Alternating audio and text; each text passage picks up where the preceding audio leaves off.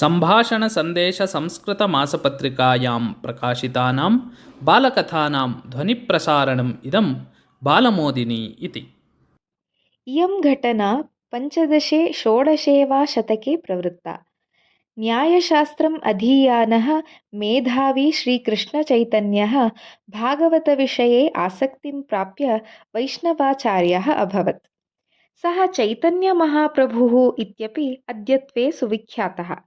तस्मिन्नेव काले वासुदेवः नाम वासुदेवभक्तः कुष्ठरोगेण बाधितः अभवत्।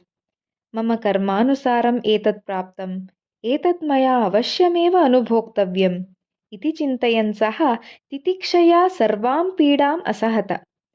अथ कदाचित् महाप्रभुः दक्षिणभारतदिशि प्रस्थितवान्।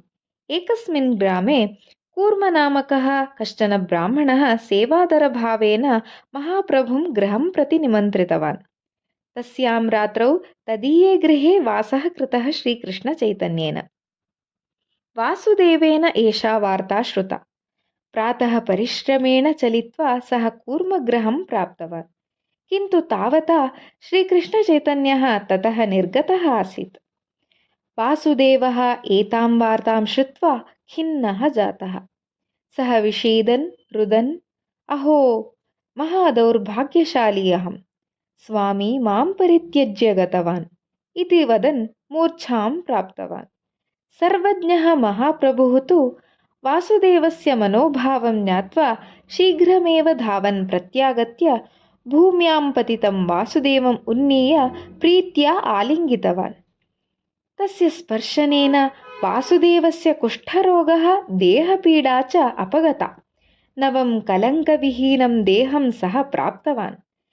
वासुदेवः उत्थाय अविश्वासेन स्वस्य देहस्थितिं वीक्षमाणः श्रीकृष्णचैतन्यं साष्टाङ्गं नमस्कृत्य, दरिद्रः पापी अहं क्व, श्रीकृष्णस्य महाभक्तः भवान् क्व, तथापि भवान् प्रीतिभावेन मां बाहुभ्याम् आलिङ्गितवान्, अहो मम सौभाग्यम् इति उक्त्वा क्षणं विचिन्त्य भयम् अनुभूय मुखविवर्णतां प्राप्य चिन्ताक्रान्तः सन् अपृच्छत्, इदानीं भवतः अनुग्रहेण अपगतव्याधिः अहं, यदि अहङ्कारी भवेयं तर्हि मम का गतिः इति।